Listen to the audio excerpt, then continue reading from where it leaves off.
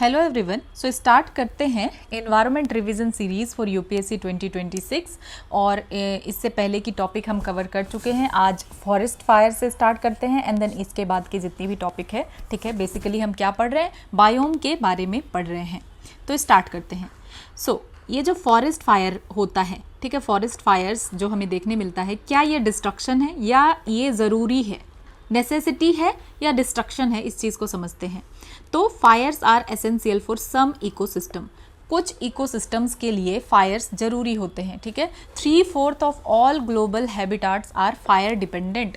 तो मतलब क्या है कि फायर्स जो है कुछ इकोसिस्टम के लिए बहुत ज़्यादा ज़रूरी है। स्पेशली अगर देखें तो 3/4 जो है ग्लोबल हैबिटाट्स फायर के ऊपर डिपेंडेंट है, इंक्लूडिंग अगर हम देखें तो टाइगा, ठीक है, dry season fire, African savannas, South Asian monsoon forest, Californian coniferous forest, Australian eucalyptus forest, Mediterranean forest. तो फायर जो है क्या करता है, हेल्प करता है मेंटेन ओपन लैंडस्केप्स। तो ओपन लैंडस्केप्स को मेंटेन करने की मतलब हेल्प करता है, ठीक है। Fire helps maintain open landscape. तो जैसे कि जो ग्रासलैंड है, सवानाज है, वेटलैंड्स है, तो ये हम क्यों देख पाते हैं, तो फायर भी एक रीज़न है, क्योंकि यहाँ पे कंटिन्यू फायर होता रहता है, तो इस वजह से हमें ओपन लैंडस्केप देखने के लिए मिलता है। Then fire give new life. Fire जो है क्या करते हैं, नया लाइफ देते हैं। जैसे जो डगलस फीर है, तो इसमें क्या होता है, थिक बार्क सर्वाइव्स फायर। तो होता क्या है, जो थिक बार्क होता है, ठीक है, तो वो सर्वाइव कर जाता है फायर को, और फिर से स्प्राउट होता है न्यू शूट, और उस बार्क से फिर क्या होता है कि स्प्राउट होता है, नया शूट निकलता है। Then lodgepole pine. तो यहाँ पे क्या होता है कि fire heat opens cones to release seed, ठीक है। Then Australian grass tree need smoke to open seed pods, ठीक है, कि यहाँ पे तो स्मोक की ही ज़रूरत है। Then fire clears dense canopy, कि फायर क्या करता है, क्लियर करता है डेंस कैनोपी को, कि जैसे कि सपोज़ यहाँ पे काफ़ी सारा पेड़ वगैरह है, बहुत कैनोपी है, तो अगर यहाँ फायर लग गया तो यहाँ पे क्या होगा कि अब कैनोपी क्लियर होगा तो सनलाइट आ पाएगा, सीडलिंग ग्रोथ होगा, ठीक है। तो even small fires benefit rainforest. तो अगर छोटा छोटा फायर भी रेन फॉरेस्ट में हो जाता है तो बेनिफिट करता है। देन नेक्स्ट देखते हैं, ठीक है, कैटास्ट्रॉफिक फायर।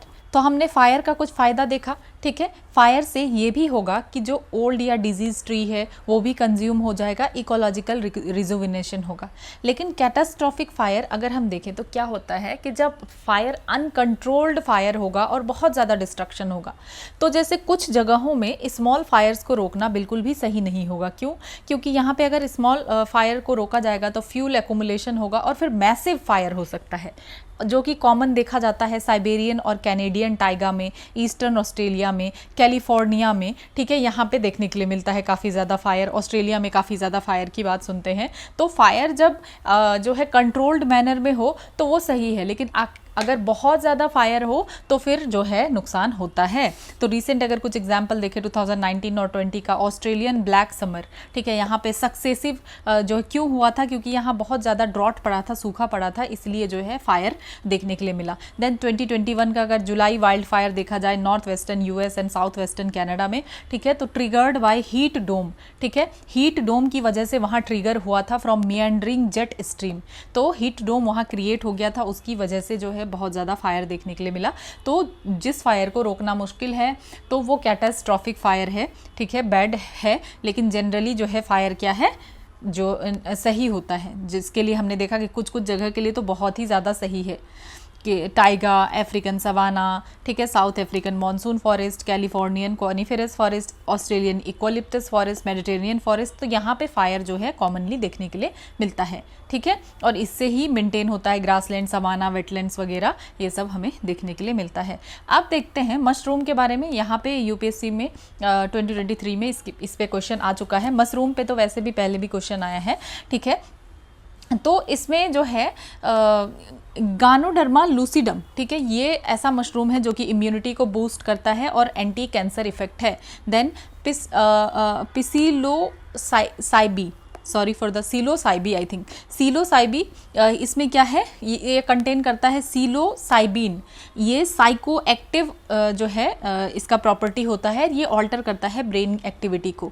देन ब्यूवेरिया बसानियन, ये नेचुरल इंसेक्टिसाइड की तरह एक्ट करता है। और माइसिना क्लोरोफस, ठीक है, ये बायोल्यूमिनेसेंट की तरह होता है और ये प्रोड्यूस करता है नेचुरल लाइट जो यूज़फुल होता है मेडिसिन में, पेस्ट कंट्रोल में और इकोलॉजिकल स्टडीज़ में। तो उसी इसमें क्या किया गया था कि 3 स्टेटमेंट दिया गया था और कहा गया 3 या 4 कि some mushroom can do this and some mushroom can do that, इस टाइप से स्टेटमेंट जो भी बनता है। तो इन सारी चीज़ों को आप काट नहीं सकते हैं, ये सारा चीज़ जनरली सही होता है। आपके पास क्या एविडेंस है उस चीज़ को काटने का? क्या आपको कोई ऐसा चीज़ याद आ रहा है? आपने न्यूज़पेपर में कुछ पढ़ा था कि इस मशरूम में ऐसा प्रॉपर्टी नहीं है, ठीक है तो इजीली मिल जाएगा, लेकिन इन सारी चीज़ों को निगेट करना बहुत मुश्किल होता है क्योंकि इतनी सारी स्पीसीज़ है, इतनी सारी वैरायटी है, तो इसीलिए आप इन सब में सारे को करेक्ट करके आएंगे, ठीक है। तो ये क्वेश्चन 2023 में भी था। अब देखते हैं ग्रासलैंड के बारे में, ठीक है। ग्रासलैंड्स जो है स्टीपी और टेम्परेट ग्रासलैंड बायोम। तो देखते हैं ग्रासलैंड का क्या फीचर है।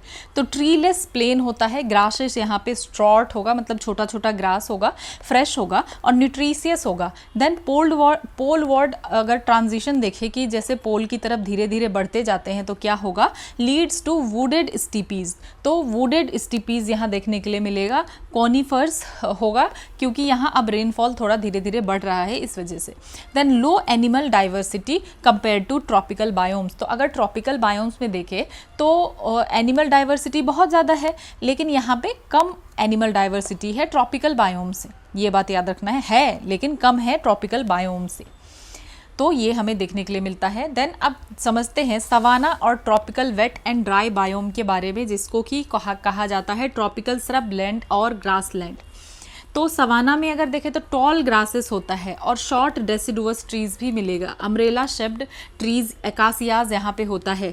ट्रीज क्या करते हैं, स्टोर करते हैं वाटर को और शेड करते हैं लीव्स को ड्राई सीजन में, ठीक है। जब सीजन जो है ड्राई सीजन आने लगता है तो वाटर कंजर्व करने के लिए ट्री क्या करते हैं, अपने लीव को, पत्तों को गिरा देते हैं ताकि ट्रांसपेरेशन कम से कम हो, ठीक है, वाटर लॉस कम से कम हो। देन रिच बायोडाइवर्सिटी यहाँ देखने के लिए मिलता है, मैमल्स है, बर्ड्स है, रेप्टाइल्स है, स्कैटर्ड ट्रीज है या नो ट्रीज है। ट्री ग्रोथ लिमिटेड क्यों है, क्योंकि यहाँ पे वाटर का स्कार्सिटी है, पानी ज़्यादा नहीं है, फायर होता रहता है जो कि अभी हमने पढ़ा कि कॉमन फीचर है सवाना का फायर। तो इन सारी वजह से जो है ट्री का ग्रोथ नहीं हो पाता है, लिमिटेड हो जाता है, इकोलॉजिकल सक्सेशन नहीं हो पाता है और ट्रीज जो है रिप्लेस नहीं करते हैं ग्रासेस को सीजनल रेन की वजह से और फ्रीक्वेंट फायर की वजह से। उसके बाद मैनेज्ड फायर, तो मैनेज्ड फायर की वजह से, क्योंकि यहाँ पे मैनेज्ड फायर होता है तो इसकी वजह से जो है फ्रेश ग्रास ग्रो होता है और controlled ticks and managed thorny scrubs. उसके बाद कार्बन न्यूट्रल फायर्स होता है, ठीक है। CO2 released is reabsorbed by new grass growth. तो यहाँ अगर देखें कि जो भी फायर है तो फायर की वजह से क्या होगा, कार्बन डाइऑक्साइड रिलीज होगा, ठीक है। लेकिन होता क्या है कि जितना भी कार्बन डाइऑक्साइड रिलीज होता है उसको रीअब्जॉर्ब कर लिया जाता है न्यू ग्रास के द्वारा, ठीक है। किसके द्वारा, न्यू ग्रास ग्रोथ के द्वारा, इसलिए कार्बन न्यूट्रल फायर्स यहाँ हम कहते हैं। और यहाँ मैनेज्ड फायर होता है, इसीलिए फ्रेश ग्रास जो है ग्रो हो जाता है और जो टिक्स वगैरह होता है वो भी कंट्रोल हो जाता है और थॉर्नी स्क्रब भी मैनेज हो जाता है, तो इसीलिए ये कहते हैं मैनेज्ड फायर। उसके बाद जो फायर्स है सवाना में ये कार्बन न्यूट्रल है, हमने ऑलरेडी देख लिया। अब डेजर्ट का कुछ फीचर देख लेते हैं। Tropical and mid latitude desert biome, vegetation यहाँ पे कैसा वेजिटेशन होगा, जीरो फाइटिक होगा, मतलब ड्रॉट रेसिस्टेंस। ऐसे ही प्लांट यहाँ पे होंगे जो ड्रॉट को झेल सकते हैं, ठीक है, सूखा को झेल सकते हैं, जैसे cacti, thorny bushes, wiry grasses, dwarf acacias वगैरह। देन हर्ब्स एंड ग्रासेस यहाँ पे अगर देखें तो सीड्स का थिक और टफ स्किन होगा और ये जो है डॉर्मेंट रहेगा ड्यूरिंग ड्रॉट्स के टाइम में क्या रहेगा, डॉर्मेंट रहेगा। और जो श्रब्स है, श्रब्स का लॉन्ग स्पेस्ड आउट रूट्स होगा, ठीक है। जो भी श्रब्स है तो इसका रूट बहुत नीचे तक लंबा होगा, ठीक है। ये जो है tap into deep underground water, काफ़ी अंदर तक लंबा जाएगा ताकि वाटर के सर्च में कि इनको वाटर मिल सके। देन प्लांट्स अगर देखें तो फ्यू और नो लीव्स, प्लांट अगर है भी तो बहुत ही कम लीव्स है या लीव्स है ही नहीं। और फॉइलेज कैसा है, वैक्सी है, लेदरी है, हेयरी है, निडल लाइक है, ताकि ट्रांसपेरेशन कम से कम हो, वाटर लॉस कम से कम हो। एडेप्टेशंस अगर देखें तो ऑल फीचर्स जितना भी फीचर्स है वो क्या करता है, सपोर्ट करता है survival arid, hot and water scarce environments में, ठीक है। अब नेक्स्ट हम देखते हैं एक्वेटिक इकोसिस्टम। तो टेरेस्ट्रियल बायोम को हमने देख लिया, अब हम देखते हैं एक्वेटिक इकोसिस्टम को। तो इकोसिस्टम जो है जब हम कह रहे हैं एक्वेटिक मीन्स हम वाटर की बात कर रहे हैं, तो ecosystems present in a body of water, ठीक है। तो वाटर में जो इकोसिस्टम प्रेजेंट है वो एक्वेटिक इकोसिस्टम हो गया, और इसको क्लासिफाई किया जाता है सैलिनिटी की बेस पे। तो 3 सब ग्रुप्स है, ठीक है। फ्रेश वाटर इकोसिस्टम, जब हम कहते हैं फ्रेश वाटर इकोसिस्टम, तो यहाँ पे सॉल्ट का कंटेंट जो है काफ़ी लो है, ठीक है। सॉल्ट का कंटेंट 5 ppt से भी कम है due to continuous recycling of water, क्योंकि यहाँ पे रिसाइकलिंग कंटिन्यू होता रहता है, इसीलिए यहाँ सॉल्ट कम है। तो हम कहते हैं अगर सॉल्ट कितना है यहाँ पे 5 ppt से कम है, फ्रेश वाटर का मतलब ये नहीं है कि नो सॉल्ट, बिल्कुल भी सॉल्ट नहीं है, नहीं है, पर बहुत कम है, 5 ppt से भी कम है। उसके बाद 2 तरीके का फ्रेश वाटर जो है होता है, ठीक है, इकोसिस्टम। एक हुआ लेंटिक, मतलब स्टिल ठहरा हुआ, ठीक है, जैसे कि पॉन्ड्स, लेक्स, बॉग्स, स्वैम्प्स, और एक है लोटिक, मतलब एक तरीके से कह सकते हैं आप लोट रहा है, फ्लोइंग, ठीक है, बहने वाला, फ्लोइंग, लोटिक फ्लोइंग वाटर जैसे रिवर्स और स्ट्रीम्स, और लेंटिक स्टिल वाटर ठहरा हुआ पानी क्या है, पॉन्ड्स हो गया, लेक्स हो गया, बॉग्स हो गया, स्वैम्प्स हो गया, ये सब ठहरा हुआ है, और स्ट्रीम्स और रिवर्स ये सब क्या है, बह रहा है। Then lotic ecosystem running water को देखते हैं, इसमें स्प्रिंग है, स्ट्रीम्स है, रिवर्स है, और यहाँ पे characterised by flowing water. Then marine ecosystem अगर हम देखें तो यहाँ पे सॉल्ट कंसंट्रेशन कितना होगा मैरीन इकोसिस्टम में, 35 ppt से ज़्यादा होगा, इक्वल टू और मोर देन सी वाटर। तो जो है सी वाटर के इक्वल हो सकता है या ज़्यादा हो सकता है, ठीक है। मैरीन इकोसिस्टम क्या होगा कि यहाँ सॉल्ट कंसंट्रेशन काफ़ी ज़्यादा होगा, 35 ppt से जो है 35 ppt के बराबर या 35 ppt से ज़्यादा होगा, ठीक है। सी वाटर के बराबर हो सकता है या सी वाटर से ज़्यादा भी हो सकता है। मैरीन इकोसिस्टम मतलब सॉल्ट कंसंट्रेशन काफ़ी हाई, मोर देन 35 ppt, ठीक है। एग्जाम्पल देखें तो शैलो सीज, ओपन सीज, तो इन सब में काफ़ी ज़्यादा जो है सॉल्ट कंसंट्रेशन होता है। देन ब्रैकिश वाटर इकोसिस्टम, जब हम कह रहे हैं ब्रैकिश, तो यहाँ पे सॉल्ट कंटेंट जो है मीडियम है, मतलब 5 to 35 ppt तक है, ठीक है। अगर 35 ppt तक है तो हम कहेंगे ब्रैकिश वाटर इकोसिस्टम, जैसे स्टोरीज हो गया, सॉल्ट मार्सेस हो गया, मैंग्रोव स्वैम्प हो गया, मैंग्रोव फॉरेस्ट हो गया। तो यहाँ पे सॉल्ट कंटेंट है लेकिन फ्रेश वाटर से जो है ज़्यादा है, और मैरीन वाटर से, मैरीन इकोसिस्टम से कम है। अब देखते हैं classification of aquatic organism based on zone of occurrence. तो कहाँ मिलता है, किस जोन में मिलता है, उसके अकॉर्डिंग हम डिवाइड कर रहे हैं एक्वेटिक ऑर्गेनिज्म को। तो जब हम कहते हैं न्यूस्टन, तो ये एयर वाटर इंटरफेस पे रहता है, ठीक है, जैसे कि floating plant, neuston floating plant, air water interface, ठीक है, ये न्यूस्टन एयर वाटर इंटरफेस।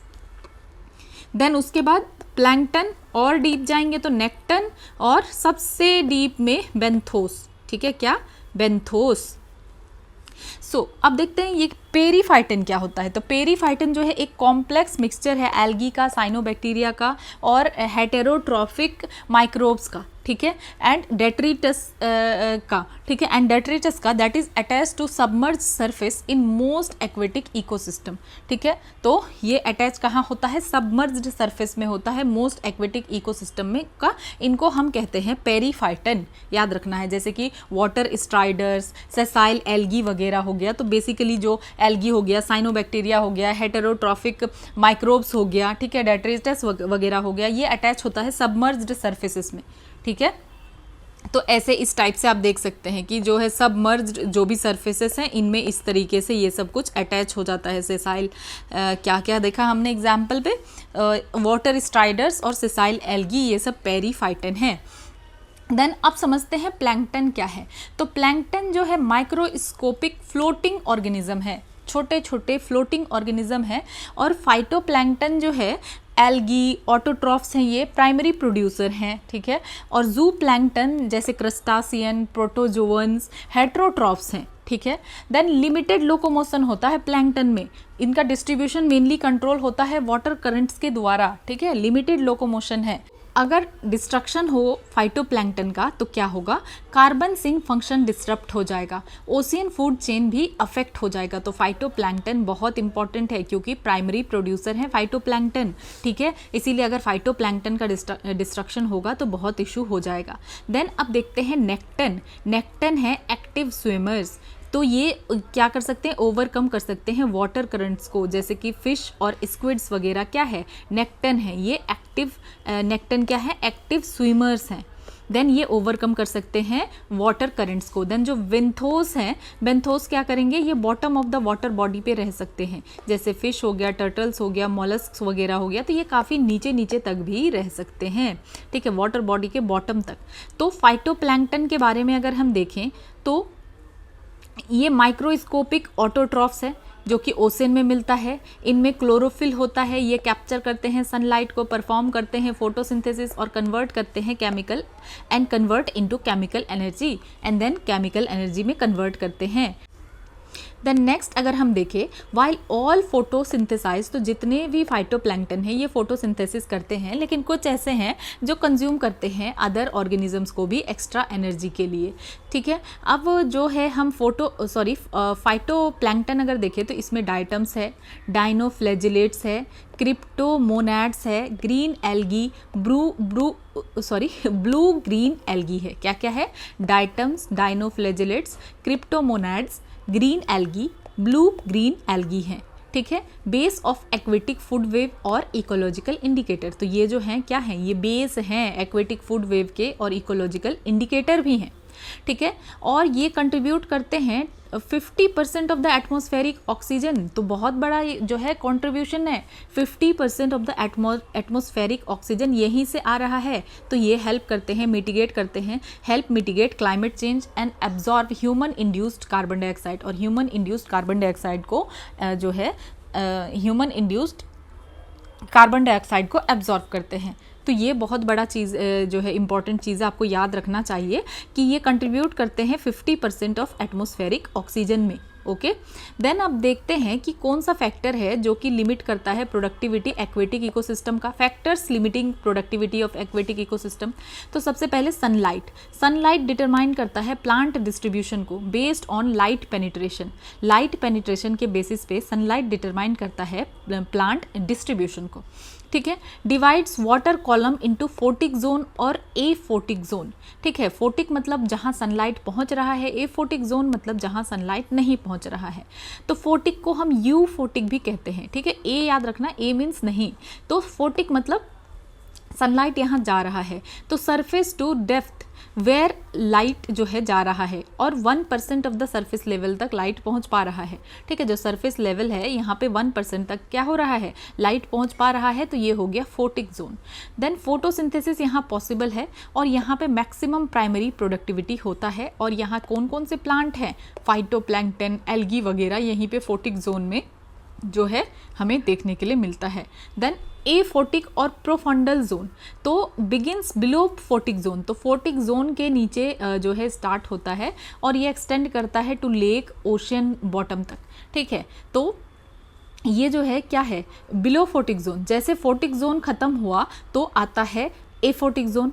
तो यहाँ पे लिटिल और नो लाइट, तो यहाँ फोटोसिंथेसिस पॉसिबल नहीं हो पाता है, तो प्लांट का ग्रोथ भी रेस्ट्रिक्टेड होता है। तो ये डिपेंड किसके ऊपर होते हैं, organic matter from upper zones, तो जो ऑर्गेनिक मैटर मिलता है उनको अपर जोन से, उनके ऊपर डिपेंड होते हैं। तो याद रखना है एफोटिक, प्रोफंडल जोन्स, ठीक है।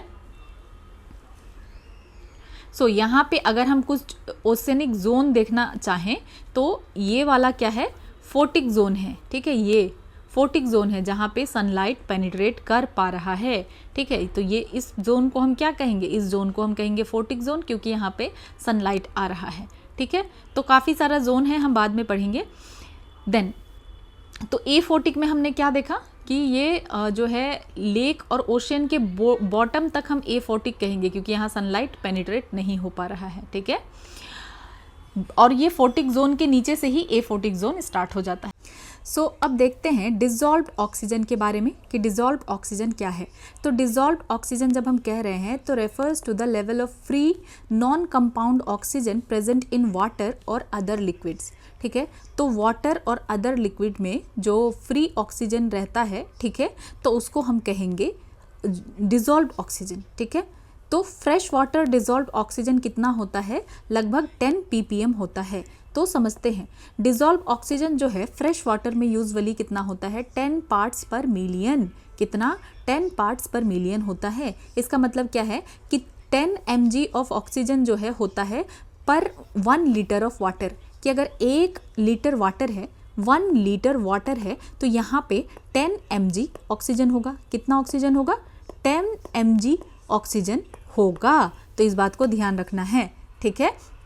Then compared to air, the same volume 1 liter of air contains about 150 times more oxygen than water does। तो यहाँ पे एक चीज़ समझना है कि अगर हम एयर से कंपेयर करें, ठीक है, तो जो अगर 1 लीटर ऑफ एयर है, ठीक है, तो इसमें 150 टाइम मोर ऑक्सीजन होगा जितना कि वाटर में है। तो ये बात याद रखना है कि यहाँ पे अगर हम देख पा रहे हैं कि 1 लीटर वाटर में कितना ऑक्सीजन है, 10 mg ऑफ ऑक्सीजन है। और सेम अगर हम देखें तो 1 लीटर ऑफ एयर, ठीक है, एयर में डायरेक्टली जब हम एयर की बात कर रहे हैं तो 1 लीटर ऑफ एयर में 150 times more oxygen than water does. तो पानी में जितना ऑक्सीजन है उससे जो ज़्यादा जो है 150 टाइम्स मोर ऑक्सीजन जो है एयर में है, यही कहा जा रहा है, ठीक है। Then so water holds much less oxygen than air. तो हम देख पा रहे हैं कि वाटर तो काफ़ी कम ऑक्सीजन होल्ड कर पा रहा है जितना एयर में ऑक्सीजन है, ठीक है। Which is why aquatic animals have specialised system like gills. और यही कारण है कि एक्वेटिक एनिमल्स के पास क्या है, गिल्स है, ताकि वो जो है एक्सट्रैक्ट कर सके जो भी लिटिल ऑक्सीजन अवेलेबल है उसको, ठीक है। तो ये बात आपको याद रखना है कि वाटर में डिजॉल्व ऑक्सीजन कितना होता है, बहुत कम होता है, 10 mg होता है 1 लीटर ऑफ वाटर में, कंपेयर टू द अगर हम एयर में देखें तो एयर में अगर 1 लीटर ऑफ एयर है तो उसमें 150 टाइम मोर ऑक्सीजन है जितना कि वाटर में है, यही कहा जा रहा है। Then oxygen enters water through. तो अब ऑक्सीजन जो है वाटर में आएगा कैसे आ रहा है, तो एयर वाटर इंटरफेस के थ्रू, ठीक है। डिफ्यूजन होता है ऑक्सीजन का from atmosphere into water surface. तो एयर वाटर, ठीक है, जैसे यहाँ ऊपर एयर है और यहाँ वाटर है, तो एयर वाटर इंटरफेस के थ्रू डिफ्यूजन होता है ऑक्सीजन का, एटमॉस्फेयर से वाटर के सरफेस पे आता है। देन फोटोसिंथेसिस जब होता है एक्वेटिक प्लांट और एल्गी के द्वारा, तो ऑक्सीजन प्रोड्यूस होता है during day light using sunlight and CO2। तो सनलाइट एंड CO2 को यूज़ करते हैं फोटोसिंथेसिस के टाइम पे, और फिर ये प्रोड्यूस करते हैं ऑक्सीजन को, एक्वेटिक प्लांट और एल्गी, ठीक है। Then oxygen leaves water through. तो ये तो हमने देखा ऑक्सीजन आ कैसे रहा है, अब ऑक्सीजन जाएगा कैसे, तो एयर वाटर इंटरफेस के थ्रू एस्केप भी होगा, ठीक है। ऑक्सीजन डिफ्यूज आउट होगा वाटर से back into the air, specially when water is saturated और एजिटेटेड, ठीक है। तो एयर वाटर इंटरफेस के थ्रू ही ऑक्सीजन जो है बाहर भी डिफ्यूज भी होगा, डिफ्यूज आउट भी होगा, ठीक है। एयर में जब वाटर पूरा सैचुरेटेड होगा या एजिटेटेड होगा, then respiration by aquatic organism. अगर एक्वेटिक ऑर्गेनिज्म के द्वारा रेस्पिरेशन किया जा रहा है, ठीक है, रेस्पिरेशन के प्रोसेस में तब भी ऑक्सीजन लीव होगा, ठीक है, ऑक्सीजन जाएगा। जैसे fish, plants and micro organism consume करेंगे ऑक्सीजन को फॉर एनर्जी, ठीक है। तो यहाँ पे क्या हो रहा है कि रेस्पिरेशन के टाइम पे क्या करेंगे, फिश है, प्लांट है, माइक्रो ऑर्गेनिज्म है, ये सब कंज्यूम करेंगे ज़्यादा से ज़्यादा ऑक्सीजन। तो जब ज़्यादा से ज़्यादा ऑक्सीजन को कंज्यूम करेंगे तो इसका क्या मतलब है कि वाटर से ऑक्सीजन जाएगा, ठीक है, यही कहा जा रहा है। ऑक्सीजन यूज़ हो रहा है, ऑक्सीजन कम हो रहा है वाटर से। Then decomposition of organic matter. जब ऑर्गेनिक मैटर का डीकम्पोजिशन होगा तो बैक्टीरिया क्या करते हैं, ऑक्सीजन यूज़ करते हैं। तो ऑक्सीजन को यूज़ करके ब्रेक डाउन करते हैं डेड प्लांट को, एनिमल को, ठीक है, specially in nutrient rich water. तो न्यूट्रिएंट रिच वाटर में क्या करते हैं, बैक्टीरिया यूज़ करते हैं ऑक्सीजन को और ब्रेक डाउन करते हैं डेड प्लांट को, एनिमल्स को, ठीक है। तो इससे भी क्या होता है कि ऑक्सीजन पानी से कम होगा। तो एक तो एयर वाटर इंटरफेस के थ्रू, देन रेस्पिरेशन के थ्रू, देन डीकम्पोजिशन के थ्रू, इससे भी। देन एक प्रोसेस होता है विंटर किल, इसको समझते हैं। होता क्या है कि आइस लेयर फॉर्म हो जाता है। तो जैसे ये सपोज ये एक वाटर बॉडी है, यहाँ पे आइस लेयर फिल्ड हो गया, यहाँ पे पूरा आइस लेयर हो गया। तो इसका क्या मतलब है कि यहाँ नीचे की तरफ तो लाइट नहीं आ रहा है, लाइट ब्लॉक हो गया, फोटोसिंथेसिस बिल्कुल स्टॉप हो गया, रेस्पिरेशन अभी भी हो रहा है। मतलब यहाँ पे जो एनिमल हैं, ऑर्गेनिज्म हैं, तो ये रेस्पायर तो करेंगे ना, तो रेस्पिरेशन हो रहा है, लेकिन फोटोसिंथेसिस तो रुक गया, सनलाइट ही नहीं है, कैसे फोटोसिंथेसिस हो पाएगा, ठीक है। तो इससे क्या हो रहा है, डिजॉल्व ऑक्सीजन ड्रॉप होगा और फिश का मॉर्टेलिटी बढ़ जाएगा कि जो ऑक्सीजन इस पानी में है वो तो कम होगा ना, क्योंकि क्योंकि रेस्पिरेशन की वजह से यूज़ हो रहा है, ठीक है। तो इम्पैक्ट देखते हैं ग्लोबल वार्मिंग का क्या होता है। तो जो डिजॉल्व ऑक्सीजन है is inversely proportional to the temperature. Dissolve oxygen temperature से का इन्वर्सली प्रोपोर्शनल है। जैसे टेम्परेचर बढ़ेगा तो डिजॉल्व ऑक्सीजन घटेगा। इस बात को याद रखना है कि डिजॉल्व ऑक्सीजन जो है इन्वर्सली प्रोपोर्शनल है टेम्परेचर का। जैसे जैसे टेम्परेचर बढ़ेगा डिजॉल्व ऑक्सीजन कम होगा, इसीलिए टेम्परेचर बुरा है कि डिजॉल्व ऑक्सीजन भी तो कम हो रहा है, ठीक है। देन देखते हैं वार्मर वाटर जो है ये कम ऑक्सीजन को हेल्ड करता है, होल्ड कर सकता है कम ऑक्सीजन। क्यों? क्योंकि higher temperature cause gas molecule like O2 to move faster and escape more easily from water. तो कहा जा रहा है कि हाइयर टेम्परेचर की वजह से जो गैस मॉलिक्यूल है ये फास्टर मूव करेगा और ये एस्केप करेगा जल्दी वाटर से, ठीक है। तो इससे क्या होगा, reduces the solubility of oxygen in the water. तो वाटर में ऑक्सीजन और सॉल्युबल नहीं हो पाएगा, ये एस्केप कर जाएगा, ठीक है। तो वार्म वाटर में क्या होता है, इंक्रीज होता है डीकम्पोजर एक्टिविटी। जैसे वाटर वार्म हो रहा है तो जो डीकम्पोजर एक्टिविटी है वो भी तो बढ़ जाएगा, ठीक है। तो इससे ऑक्सीजन और ज़्यादा से ज़्यादा यूज़ होगा। एक तो हम देख पा रहे हैं कि ऑक्सीजन जल्दी से एस्केप भी हो रहा है, ठीक है। देन दूसरा हम देख पा रहे हैं कि डीकम्पोजर एक्टिविटी बढ़ने की वजह से ज़्यादा ऑक्सीजन यूज़ भी हो रहा है, ठीक है। तो अगर डिजॉल्व ऑक्सीजन 3 to 5 ppm से भी कम हो जाए तो इसमें एक्वेटिक स्पीसीज सर्वाइव नहीं कर सकते हैं। कितना? अगर 3 से 5 ppm से भी डिजॉल्व ऑक्सीजन कम हो जाए तो काफ़ी सारे एक्वेटिक स्पीसीज नहीं सर्वाइव कर सकते हैं, ये कहा जा रहा है, ठीक है। अब देखते हैं विंटर किल। विंटर किल जो कि हम ऑलरेडी देख चुके हैं, यहाँ पे हम समझ ही चुके हैं कि एक आइस का लेयर जो है टॉप ऑफ वाटर बॉडी में बन जाएगा जो कि लाइट को क्या करेगा, कट थ्रू कर लेगा, फोटोसिंथेसिस रुक जाएगा, रेस्पिरेशन कंटिन्यू रहेगा। तो जो है इसी वजह से अगर तो जो वाटर बॉडी है शैलो है और डिजॉल्व ऑक्सीजन बहुत जल्दी खत्म हो गया तो फिश जो है डाई कर जाएंगे और इसी कंडीशन को हम कहेंगे विंटर किल। अब नेक्स्ट देखते हैं टेम्परेचर, ठीक है। तो aquatic organism have narrow tolerance range. तो एक्वेटिक ऑर्गेनिज्म का नैरो टॉलरेंस रेंज होता है और ये वल्नरेबल होते हैं टेम्परेचर फ्लक्चुएशन का देन टेरेस्ट्रियल ऑर्गेनिज्म। तो ये जो होते हैं ना, तो यहाँ पे हम अभी क्या पढ़ रहे थे, हम पढ़ रहे हैं यहाँ पे कि किस तरीके से जो है फैक्टर, कौन कौन से फैक्टर है जो लिमिट कर रहे हैं प्रोडक्टिविटी एक्वेटिक इकोसिस्टम का, ठीक है। तो यहाँ पे टेम्परेचर जो है, अगर एक्वेटिक ऑर्गेनिज्म का क्या एक फीचर है कि ये जो इनका नैरो टॉलरेंस रेंज होता है, तो अगर टेम्परेचर बहुत ज़्यादा फ्लक्चुएट करेगा तो ये ज़्यादा वल्नरेबल हैं, इनको ज़्यादा नुकसान होगा टेरेस्ट्रियल ऑर्गेनिज्म से, ये कहा जा रहा है। देन यूट्रोफिकेशन ये भी हो सकता है कि अगर वाटर बॉडी ओवर इनरिच हो गया, ठीक है, न्यूट्रिएंट्स इसमें आ गया जैसे कि नाइट्रोजन या फॉस्फोरस काफ़ी ज़्यादा आ गया तो क्या एक्सेस ग्रोथ होगा एल्गी का, ठीक है, फाइटोप्लैंक्टन का, और इसकी वजह से एल्गल ब्लूम होगा, ठीक है। देन ब्लॉक करेगा सनलाइट को, सी ग्रास डाई जो है मरने लग जाएंगे और ऑक्सीजन डिप्लीट हो जाएगा, एनॉक्सिक कंडीशन हो जाएगा और एक्वेटिक लाइफ जो है सफ़र करेगा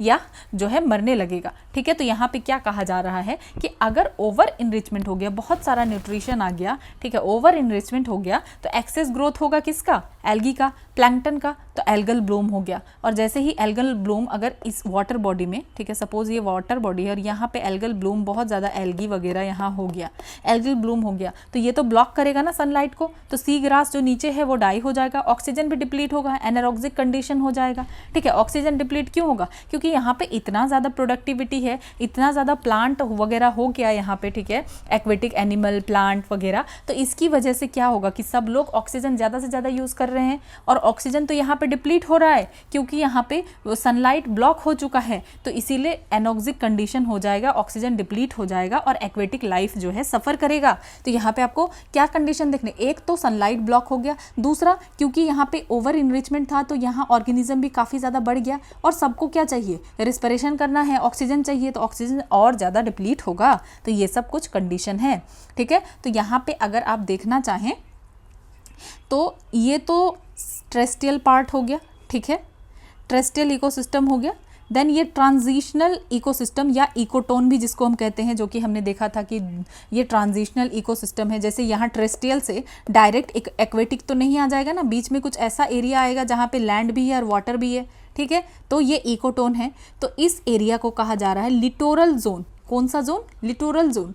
और यहाँ पे रूटेड वेजिटेशन है अलोंग द शोर, ठीक है। इस तरीके से कुछ इमर्ज्ड प्लांट देखने मिलेंगे कि जो प्लांट बाहर है, कुछ फ्लोटिंग प्लांट भी देखने के लिए मिलेगा, और ये प्लांट एकदम अंदर है, सबमर्ज्ड प्लांट है, ठीक है। देन ये वाला जोन जो है लिम्नेटिक जोन या ओपन वाटर, ठीक है। तो यहाँ पे open water dominated by plankton, ठीक है। ऊपर में आपको एपेक्स प्रेडेटर देखने के लिए मिलेगा, तो यहाँ पे प्लैंकटन है, ठीक है। ओपन वाटर जो है डोमिनेट करता है प्लैंकटन के द्वारा, जो कि प्लैंकटन ही फोटोसिंथेसिस करेंगे। देन फिर स्मॉल फिश सेकेंडरी कंज्यूमर होंगे, जू प्लैंकटन होंगे, ठीक है, प्राइमरी कंज्यूमर। ये small fish secondary consumer, phyto के बाद जू आता है, ठीक है, जू प्लैंकटन याद रखना है, ठीक है।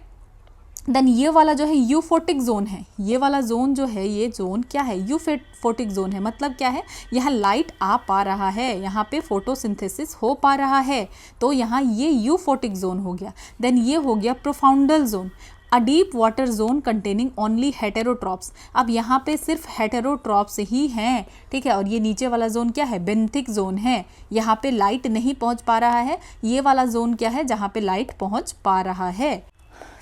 अब नेक्स्ट देखते हैं ग्रीन जीडीपी के बारे में, ठीक है। ग्रीन जीडीपी क्या है, तो green GDP is equal to GDP minus net natural capital consumption, ठीक है। नेट नेचुरल कैपिटल कंजम्पशन जब हम कह रहे हैं तो इसमें क्या काउंट होगा, रिसोर्स डिप्लीशन जितना हुआ है या इन्वायरमेंटल जितना डिग्रेड हुआ है। तो मतलब क्या है, जीडीपी में से नेट नेचुरल कैपिटल कंजम्पशन को हम माइनस करेंगे, और नेट नेचुरल कैपिटल कंजम्पशन में क्या आता है कि कितना रिसोर्स डिप्लीशन हुआ, कितना इन्वायरमेंट डिग्रेड हुआ, ठीक है। इसमें इंक्लूड है protective and restorative environmental initiatives, ठीक है। इसमें क्या क्या इंक्लूड है, प्रोटेक्टिव और रिस्टोरेटिव इन्वायरमेंटल इनिशिएटिव्स भी इंक्लूड है, ठीक है। Accounts for economic cost of environmental damage in GDP. तो इसमें क्या देखा जाता है कि जो इन्वायरमेंट डैमेज हो रहा है तो इसका इकोनॉमिक कॉस्ट कितना है, ठीक है, ये देखा जा रहा है। जीडीपी में देखा जा रहा है कि जो भी इन्वायरमेंट डैमेज हुआ है उसका इकोनॉमिक कॉस्ट जो है कितना है।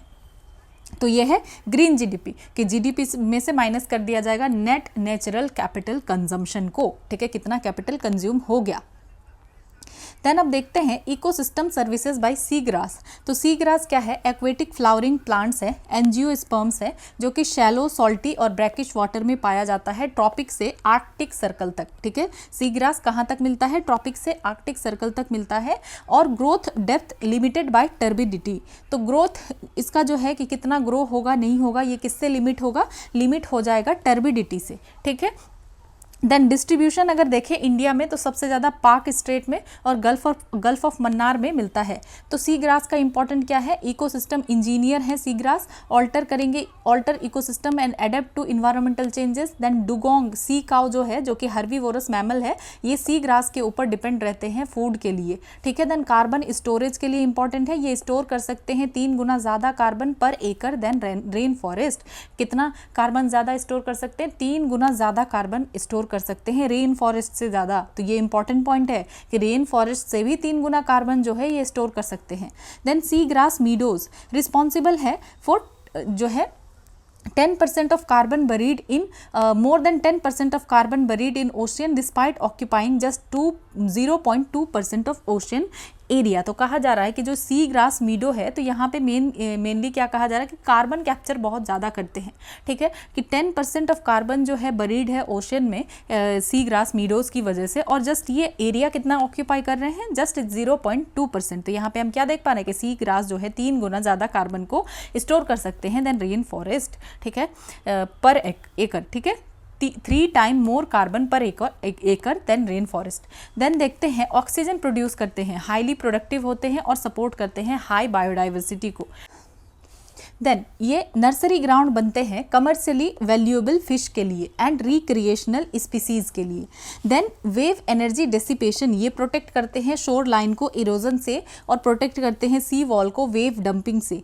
देन वाटर की क्वालिटी को भी इन्हेंस करते हैं, स्टेबलाइज करते हैं जो भी पॉल्यूटेंट्स है, हैवी मेटल है, एक्सेस न्यूट्रिएंट्स है, और हार्मफुल एल्गल ब्लूम को भी रोकते हैं, यूट्रोफिकेशन को भी रोकते हैं और ट्रैप करते हैं फाइन सेडिमेंट्स को, ठीक है। ह्यूमन यूज अगर देखें तो seagrass collected as fertiliser for sandy soils, तो सैंडी सॉइल के लिए फर्टिलाइजर के रूप में सी ग्रास को यूज़ कर सकते हैं। तो ये हम अगर देखें तो सी ग्रास ऐसा दिखता है, ठीक है। देन कैल्प फॉरेस्ट ऐसा दिखता है कि वाटर के ही अंदर हमें इस टाइप से फॉरेस्ट देखने के लिए मिलता है, दैट इज कैल्प फॉरेस्ट। इस तरीके से सी ग्रास है, तो अभी हमने सी ग्रास के बारे में पढ़ा और ये सी वीड है, तो अब सी वीड को भी देख लेते हैं। Ecosystem services by seaweed, तो सी वीड जो है नॉन फ्लावरिंग मरीन प्लांट है, ठीक है, प्रिमिटिव स्पीसीज है, इसमें जो है रूट नहीं होता। अब ये आपको याद रखना जरूरी है कि सी वीड में रूट नहीं होता, स्टेम नहीं होता, लीव्स नहीं होता और वस्कुलर जो है सिस्टम भी नहीं होता। इसमें माइक्रो एल्गी और मैक्रो एल्गी आता है, ठीक है। सी वीड क्या है, तो बेसिकली एल्गी ही है, ये माइक्रो और मैक्रो एल्गी है, ठीक है। और ये शैलो वाटर में मिलेगा, टाइडल जोन में, इंटर टाइडल जोन में, एस्चुरीज में और बैक वाटर्स में मिलेगा, ठीक है। देन सीवीड का टाइप अगर हम देखें तो माइक्रोस्कोपिक सीवीड, माइक्रोस्कोपिक सीवीड मतलब फाइटोप्लैंक्टन जो कि सस्पेंड होते हैं वाटर कॉलम में, और मैक्रोस्कोपिक जब हम कह रहे हैं तो जाइंट केल्प, तो ये जो जाइंट केल्प है जो कि एक तरीके से फॉरेस्ट बनाता है, जो कि हम यहाँ देख पा रहे हैं कि किस तरीके से अंडर वाटर फॉरेस्ट बन जाता है, ठीक है। रूट्स जो है बॉटम में होता है, रूट बिल्कुल नीचे होता है, एबंडेंट ग्रोथ होता है और ये सपोर्ट करता है मराइन बायोडाइवर्सिटी को। तो आप देख पा रहे हैं कितना बड़ा सा फॉरेस्ट यहाँ बन जाता है, दैट इज केल्प फॉरेस्ट। तो केल्प फॉरेस्ट क्या है, सीवीड, ठीक है। और सीवीड हमने देखा कि बेसिकली क्या है, सीवीड एल्गी ही है, ठीक है। माइक्रो और मैक्रो एल्गी हमने क्या देखा कि माइक्रो एल्गी हो सकता है, ठीक है, और माइक्रोस्कोपिक सीवीड हो सकता है और मैक्रोस्कोपिक सीवीड हो सकता है, ठीक है। तो ये बात आपको याद रखना है। अब देखते हैं ओशियन मैक्रो एल्गल एफॉरेस्टेशन, तो ये क्या है, सीवीड। तो हाईएस्ट सीवीड्स को अगर लगाया जाए तो ये क्या है, ओशियन मैक्रो एल्गल एफॉरेस्टेशन, क्योंकि ये एल्गी है और काफ़ी बड़ा बड़ा होता है तो हम क्या कह रहे हैं, मैक्रो एल्गल कहते हैं इसको।